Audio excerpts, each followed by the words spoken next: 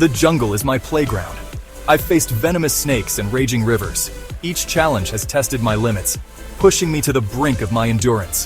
The thrill of navigating through dense foliage, the adrenaline rush of encountering a deadly predator, and the sheer force of nature in the form of a raging river have all been part of my journey.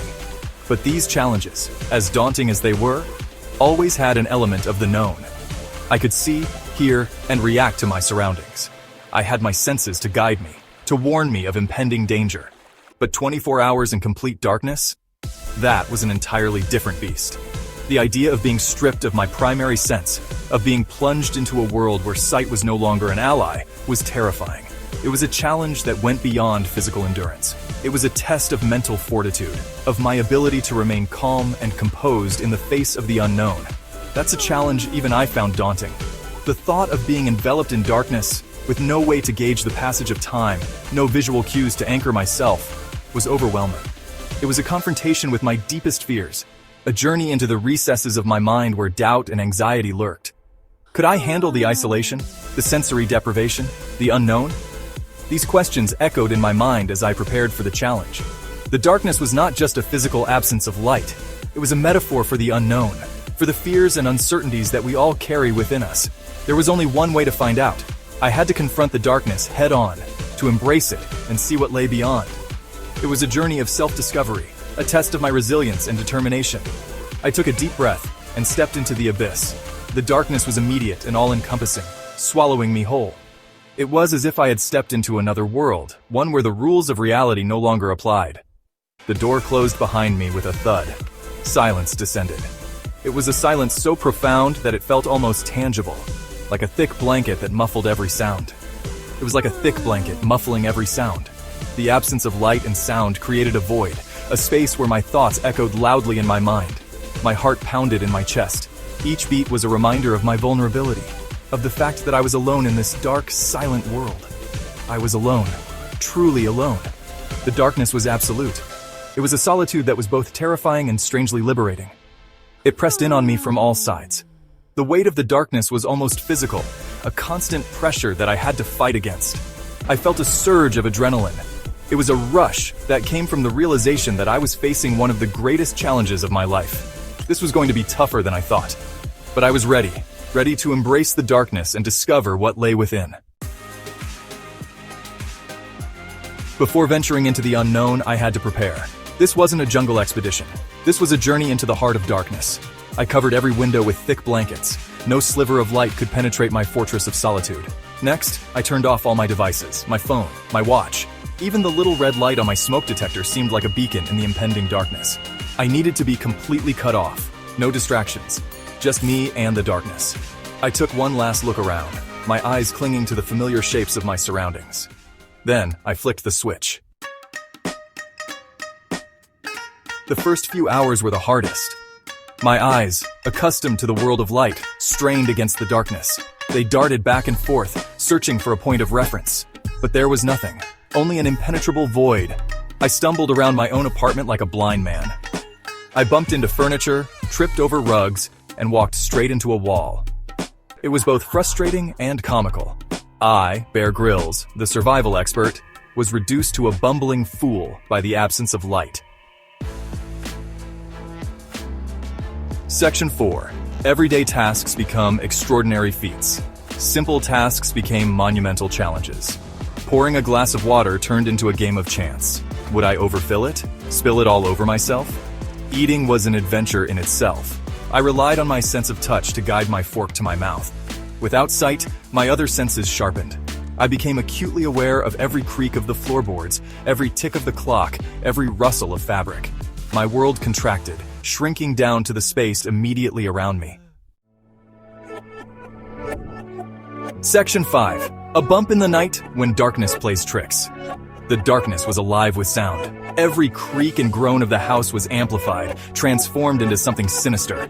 My imagination ran wild. Was that the wind rattling the windows? Or something else? Something closer?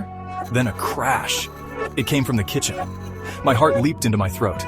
I froze, every muscle in my body tense. I listened intently. Silence. Then another crash, followed by a series of thumps. I had to investigate.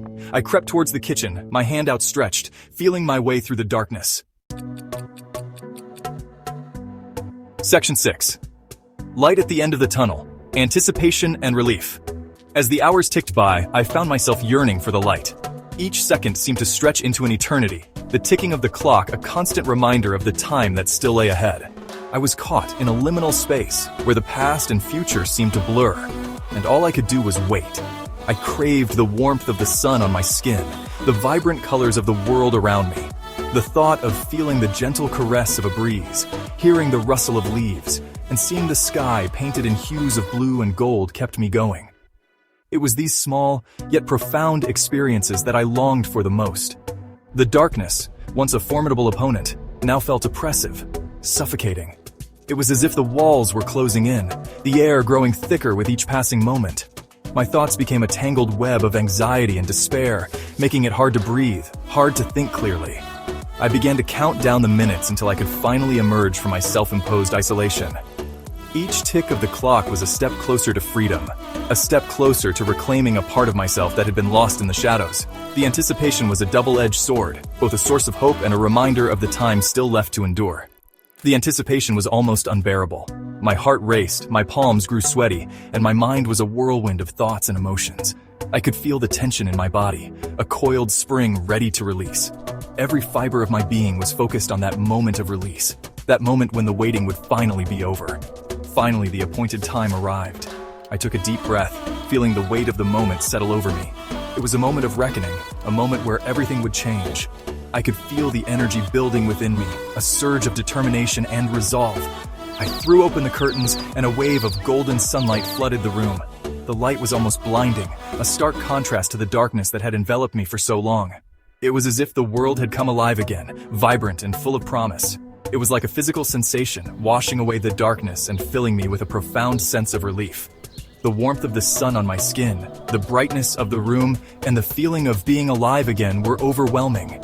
It was a moment of pure, unadulterated joy, a moment that I would carry with me forever.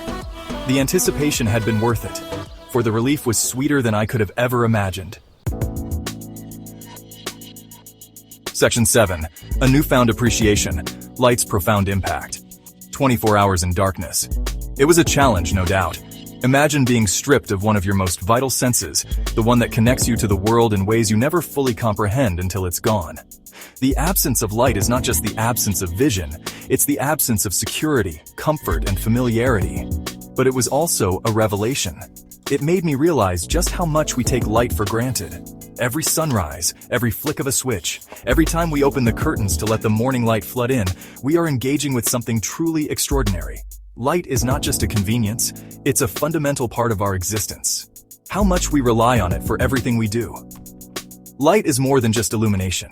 It's the silent architect of our daily lives, guiding us, shaping our routines, and influencing our moods. From the moment we wake up to the moment we go to sleep, light is there, playing a crucial role in our well-being. It's life, it's energy, it's connection. Light fuels the natural world, driving the process of photosynthesis that sustains plant life and, by extension, all life on Earth. It powers our homes and our cities, enabling us to live, work, and play in ways that would be impossible without it. It shapes our world and influences our every thought and action. The rhythm of our lives is dictated by the presence and absence of light. It affects our sleep patterns, our productivity, and even our mental health. The interplay of light and shadow creates the visual tapestry of our world, adding depth and dimension to our experiences. So the next time you flick on a light switch, take a moment to appreciate the miracle of light. Consider the journey it has taken, from the sun to your home and the countless ways it enriches your life. Light is a gift, a marvel of nature and human ingenuity. And remember, even in the darkest of times, there is always light to be found. Whether it's the soft glow of a candle in a dark room or the first rays of dawn breaking through the morning mist, light has the power to dispel darkness and bring hope. What will you do to find yours? Will you seek out the light in your life, cherish it, and let it guide you? The choice is yours, and the light is always there, waiting to be discovered.